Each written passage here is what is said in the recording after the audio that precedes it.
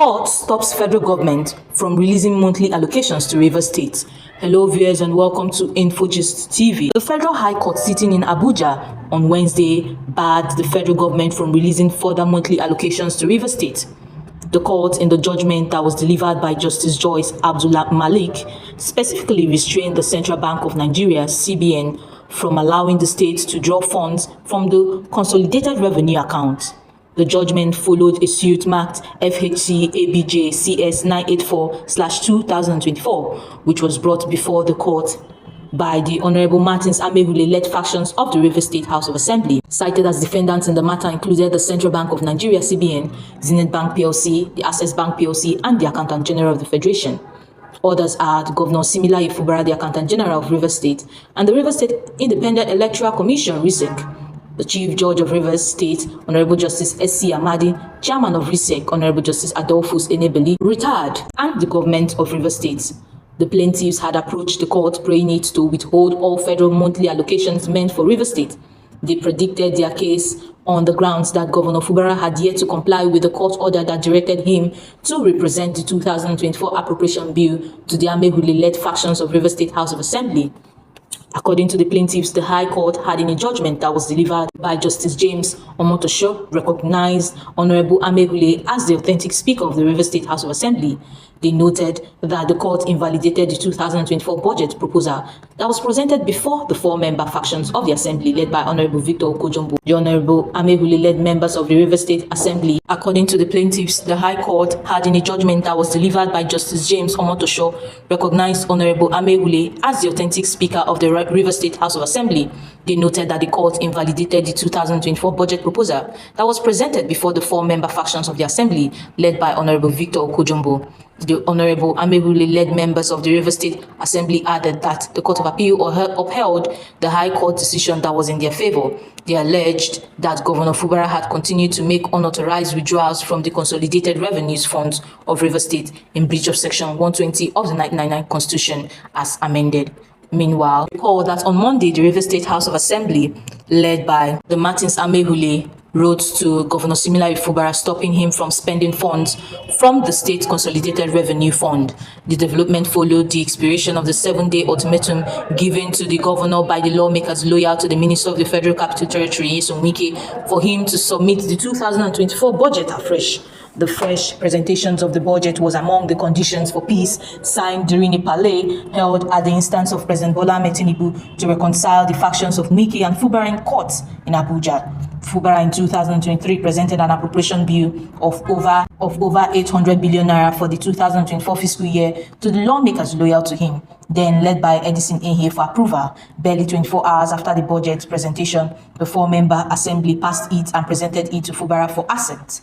Ehe, then factional Speaker of the House, later resigned and was subsequently appointed Chief of Staff, Government House, Port Harcourt by Fubara. After the peace agreement, the Amehule-led assembly waited for the governor to resubmit the budget. The crisis, however, got worse, leading to the pro-Fubara lawmakers electing Victor Okojumbo as factional speaker.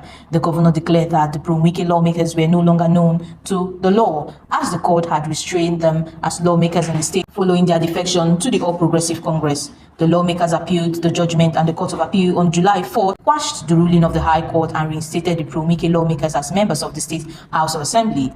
At their Monday, May 9 proceeding, they gave Fubara 1-week ultimatum to present the budget. The Assembly, at its fourth legislative sitting, held at the Assembly quarters on Appa Road, Monday said Fubara violated the Constitution by spending from the Consolidated Revenue Fund of the state without an appropriation law. In a statement by the media aide to the Speaker, Martins Nwachukwu, the lawmakers said the decision to bar Fubara from further spending followed a remark by the House Leader,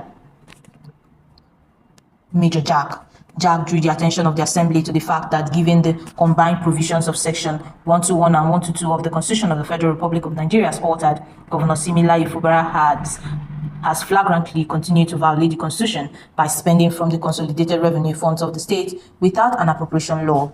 Debating on the statement by the House Leader, members in unison and strong terms condemned Governor Fubara's wanton disregard to the Constitution.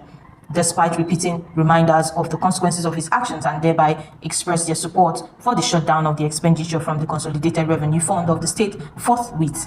Amebule said it is unfortunate that Governor Fubara now sees a violation of the provisions of the Constitution and the judgments of court as a way of governance. As representatives of the people, the House would not look the other way while the governor consistently tramples on the Constitution he swore to uphold. The House therefore resolved to write to Fubara, intimating him of the shutdown of all expenditures from the Consolidated Revenue Funds of the state. The House further resolved to notify the federal government, its relevant agencies, banks, and local and foreign donor agencies of the development, and to advise them not to have any transactions with the River State government pending the resolution of the matters relating to the 2024 appropriation law. Efforts to reach the Commissioner for Information and Communications, Joseph Johnson, were unsuccessful, as he neither picked up calls put across to his mobile line by our correspondent nor replied to a text message sent to him as of the time of filing this report on Monday evening, the reporter stated. Meanwhile, a group in River State G23 has called on the federal lawmaker Honorable Ikenga Ugochinyere to stop interfering in the politics of the state. The group, which says it covers all the 23 local government areas of the state, warned Ugochinyere, who represents Idiato North-South Federal Constituency of Imo State, to stop meddling in the affairs of the state. It also said the roles played by the lawmaker and the national chairman of the Zenith Labour Party, Dan Mayamo, since the beginning of the political crisis in River State were stoking for the crisis. Ugochinyere is the leader of the G60 members of the House of Representatives and had been a critic of Wike over the crisis in River State.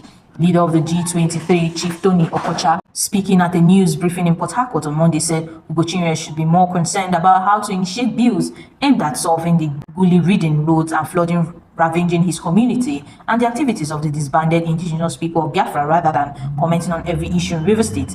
Okocha, who is also the caretaker committee chairman of the APC in River State, said the role of Ugochinyere and Wanyamu were condemnable. We have listened and heard from some supporters and some persons that we have decided in our meetings to tag them ancient and medieval meddlesome interlopers.